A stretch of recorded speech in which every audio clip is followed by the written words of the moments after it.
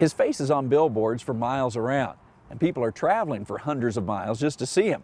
With a name like Mr. Ed's Elephant Museum and Candy Emporium, well, you know it's got to be interesting. It all began the day Ed Gotwald got married.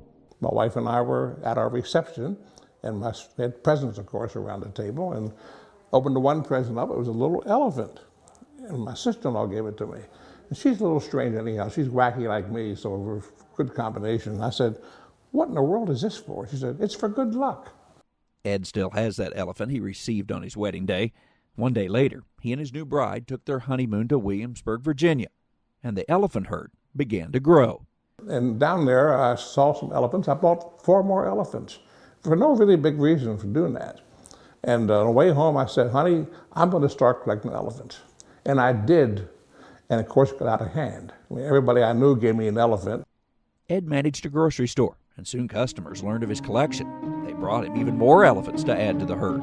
And it just grew and grew and grew, and it got out of hand.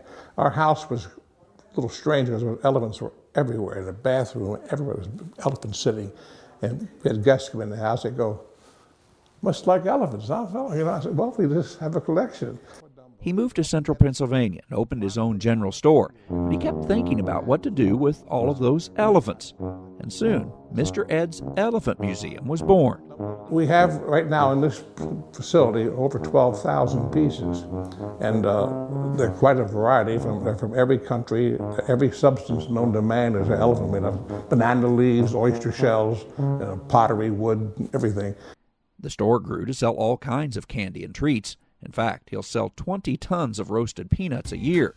Meanwhile, the museum grew to house lots of elephants, and in turn, people from across the country began coming here to see the unique display. There's pieces in here I know are worth a lot of money, and some worth 20 cents.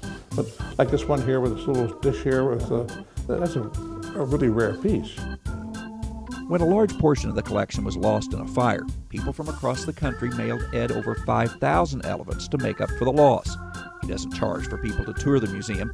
He says, after all, many of the elephants were donated to him in the first place. But Ed is also active in the community, giving presentations at schools. When he began rebuilding after his fire, an inspector came to look at his plans. Prior to his arrival, Ed was told the inspector could be very difficult to get along with. The encounter taught him what his work was really all about, simply helping people. He says, "First, I have to give you a hug." And I thought, well, this is what I'd find this to be like this. He says, 20 years ago, he went to my daughter's school and talked about elephants and gave her a little gold charm, and she still has it. She says to be sure to give you a hug for her. Mr. Ed says that an elephant will bring you good luck. And if that's the case, Mr. Ed is perhaps the luckiest man, and this is the luckiest room anywhere in the nation. Traveling the countryside in Ortana, Pennsylvania, I'm Andrew McCrae.